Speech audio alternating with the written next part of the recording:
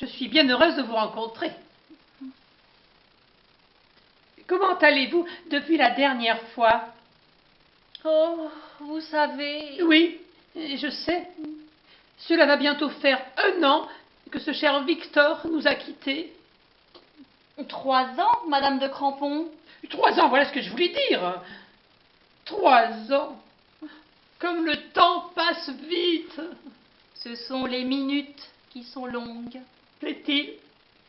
Ce sont les minutes qui sont longues. Bien sûr, bien sûr. Surtout la nuit. Surtout la nuit. Ce cher Victor. Et vous aimez bien, Madame de Crampon? La première fois que je l'ai rencontré, c'était à l'enterrement de votre grand-mère. Vous vous souvenez de l'enterrement de votre grand-mère? C'était le bon temps. Oui, je m'en souviens. D'ailleurs, c'est lui qui l'a tuée. Hein?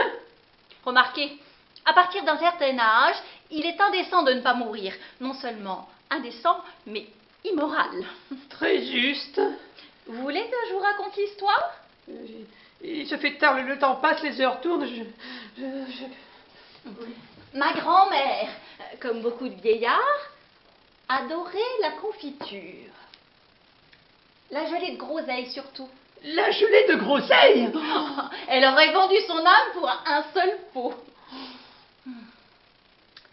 Un dimanche d'avril, nous étions en famille et remarquâmes que Victor s'était approché de son oreille en lui glissant quelques mots dans le tuyau.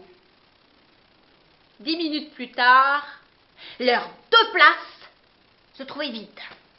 Mon cœur me lâche. Je sens mon cœur qui me lâche. Où pouvaient-ils être? Oui, où pouvaient-ils être?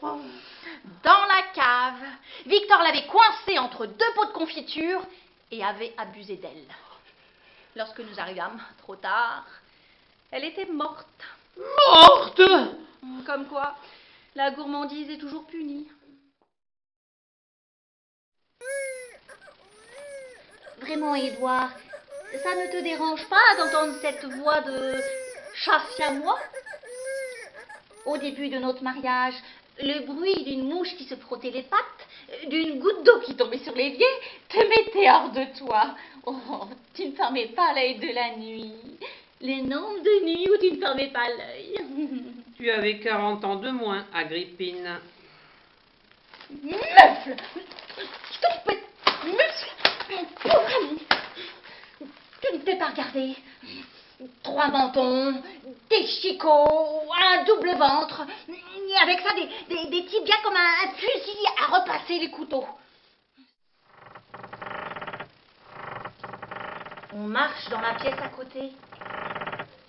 Je t'assure, Édouard, tu n'entends pas les craquements du plancher? Mais Édouard, fais quelque chose, tous. Calme-toi, ce sont les âmes des aïeuls qui reviennent dans la grande armoire branlante et dansent affublés de dentelles au milieu des corsets jauniers et des pots de confiture.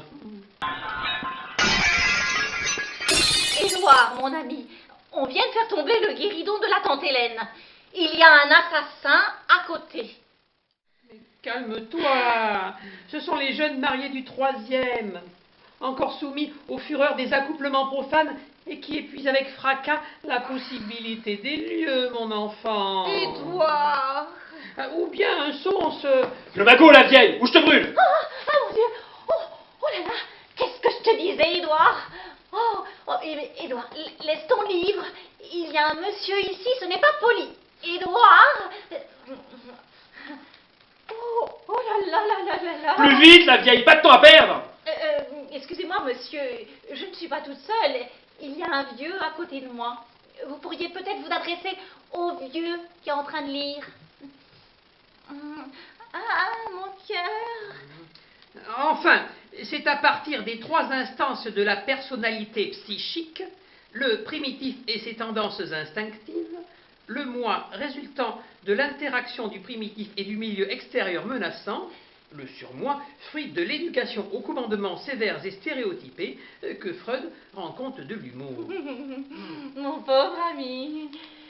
Vous vous foutez de ma gueule, là, non? En effet,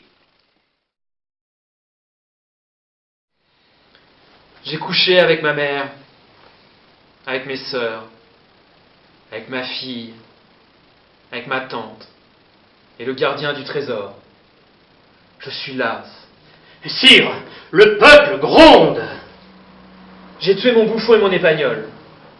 Un petit poignard a eu raison de mon grand chambellan. J'ai oxy de mes mains quelques prisonniers pour les délivrer d'eux-mêmes. Je suis las. Sire, le peuple s'enfle. Près de 1000 jeunes gens, nés sous le signe de la Vierge, ont perdu subitement la vie en entrant dans le signe du Bélier. Près de 1000 jeunes vierges, nées sous le signe du Bélier, ont perdu subitement l'honneur en entrant dans le signe du Taureau. Je suis las, las. Sire, le peuple se repeuple. Une puce a partagé ma couche et je n'en ai rien su. Sire, le peuple... Hier au soir, alors que j'étais seul dans les jardins suspendus, j'ai saisi le soleil à la gorge. As-tu vu, Hormone, comme les ténèbres rougeoyaient? Sire, le peuple aspire à se tremper dans votre sang.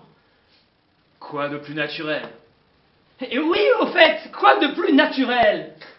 Vieux chenapan, ta réplique sonne, hein? Et toi aussi, belle canaille, tu es doué, très doué même. Je sais. Au fait du patronage, c'est toujours moi qui faisais Ponce Pilate. Mon lavement de main prenait à lui seul les 3/4 de la représentation. Ah ouais! Où en étions-nous?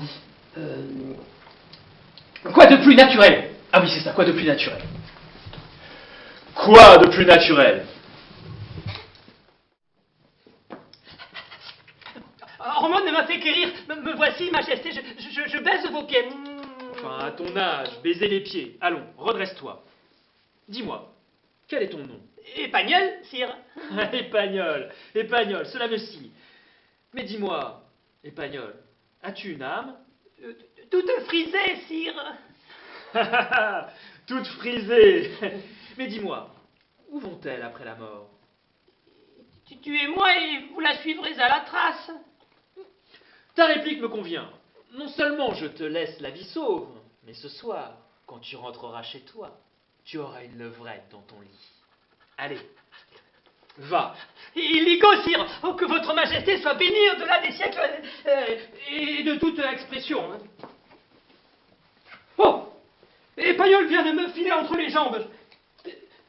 Votre majesté est-elle satisfaite?